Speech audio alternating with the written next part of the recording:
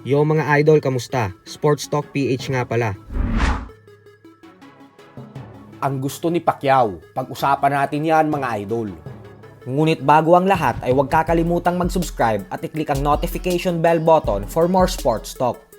So kung atin nga pong matatandaan ay sinabi na mismo dati ng undefeated 3-division champion Gervonta Tank Davis na gusto niya umanong makasagupa ang ating pambansang kamauman ni Pacquiao, kung saan tatawagan niya umano ang PBC promoter na si Al Haymon upang pakiusapan ito na gawin ang bakbakan sa pagitan nila ng 8th Division World Champion. At muli nga po itong nag-trending na usapin matapos ibalita ng International Boxing Media Company na IFL TV na sinabi umano mismo ng MP Promotions President Sean Gibbons nitong linggo lamang na gusto din daw labanan ni Pacquiao si Tank Davis. Kahit si Pacquiao ay sinabi din sa interview nitong nakalipas na buwan lamang na kung plano daw umakyat ni Tank Davis ng dibisyon ay bukas umano ang pinto niya na labanan ito sa 147-pound welterweight division o kaya naman ay sa isang catchweight fight sa 143 o 145 pounds. Ayon naman kay Gibbons ay magandang match-up daw ang Pacquiao versus Davis. Subalit ang mahirap daw dito ay kung paano tuluyang maikakasa ang mega showdown ng dalawa dahil yun umano ang nakikita niyang magiging hadlang.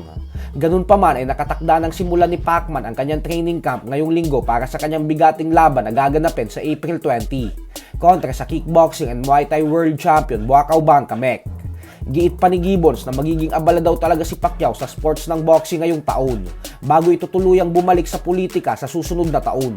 Posible umanong makita natin si Pacquiao na lumaban sa Saudi Arabia, Estados Unidos o kaya naman ay sa England.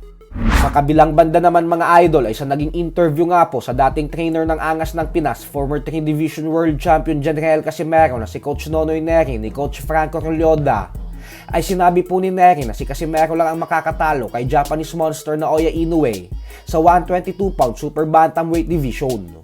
Paliwanag nito na iba daw talaga kasi si Casimero.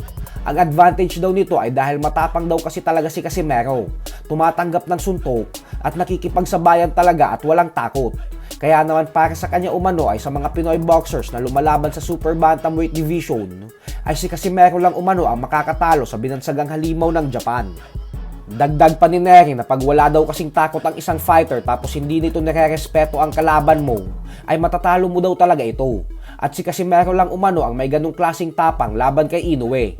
Bukod dyan ay nagbigay din ng prediction si Coach Nonoy Neri patungkol sa magiging laban ni Naoya Inoue at ng former super bantamweight world champion Luis Neri na gaganapin sa buwan ng Mayo. Ayon kay Coach Neri ay knockout umano ang sasapitin ni Luis Neri kay Inoue sa loob ng 6 rounds. Bagay naman na tumugma sa mga prediksyon ng karamihang boxing experts. Dahil halos lahat po talaga ng analyst ay sinasabing walang pag-asang manalo si Luis Neri, lalo pat may kahinaan ang bodega nito, habang si Inoue naman ay madalas mang-knockout ng kalaban gamit ang kanyang mga body shot. So hanggang dito na lang po muna tayo mga idol. Sports Talk PH, kakaiba ang laban ng mga Pinoy.